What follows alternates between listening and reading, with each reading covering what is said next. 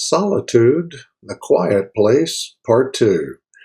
Hey everyone, I'm Dr. Gary. Thank you so much for giving me a few moments of your time as we continue this learning journey on all things solitude, the spiritual discipline of solace.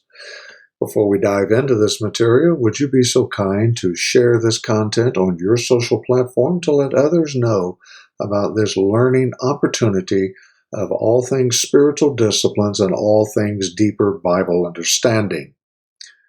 Well, Luke chapter 5, verse 15 and 16 states this, "But the news about him was spreading even further, and large crowds were gathering to hear him and to be healed of their sicknesses. But Jesus himself would often slip away to the wilderness and pray."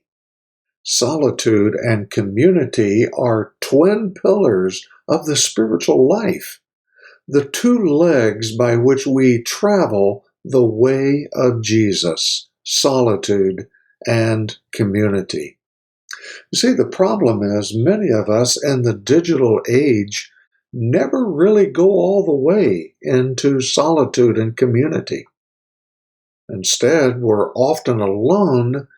In the words of Sherry Turkle, MIT professor and expert on digital age's impact on millennials and Gen Zs, you can be with people, but not actually in community.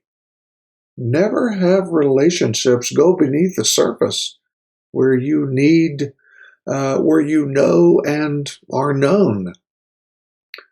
Think about that for a little bit. In a crowd and yet lonely. In a crowd and yet connected. You can be alone in the room, but on your device.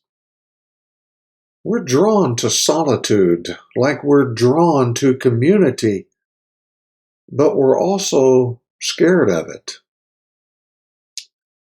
So, to practice, to start with, let me clarify what solitude is not.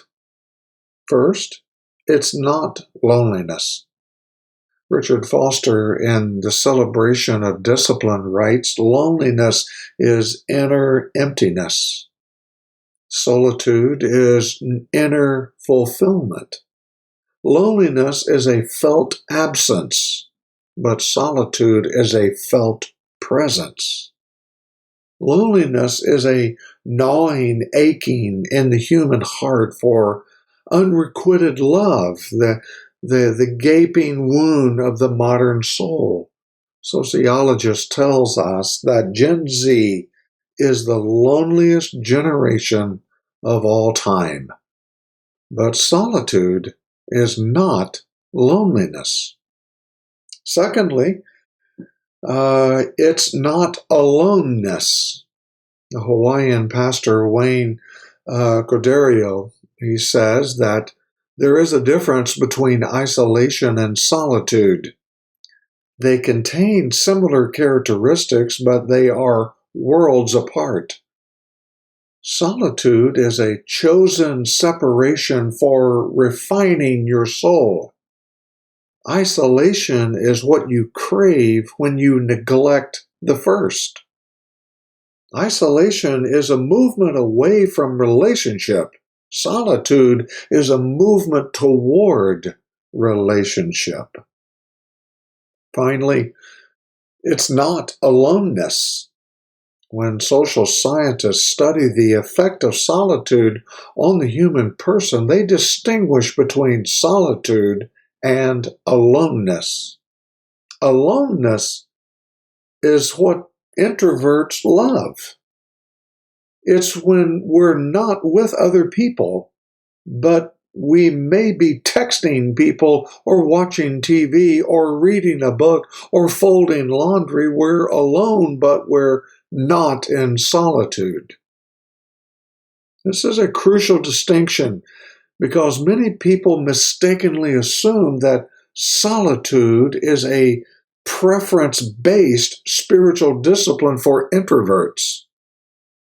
I mean, this is a tragedy, quite honestly, for extroverts because they never experience the depth of intimacy with God that is possible only in the quiet place.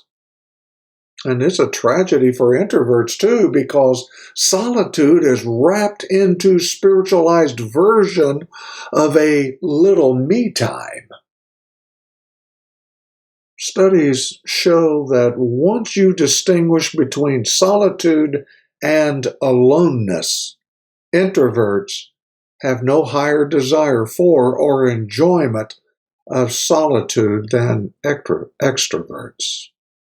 Well, some powerful things to consider, and we're grateful that you've given me a few moments of time, but we are working our way through this spiritual discipline of solitude, and to work this practice into a life rhythm. And we'll talk more about that in the coming episodes.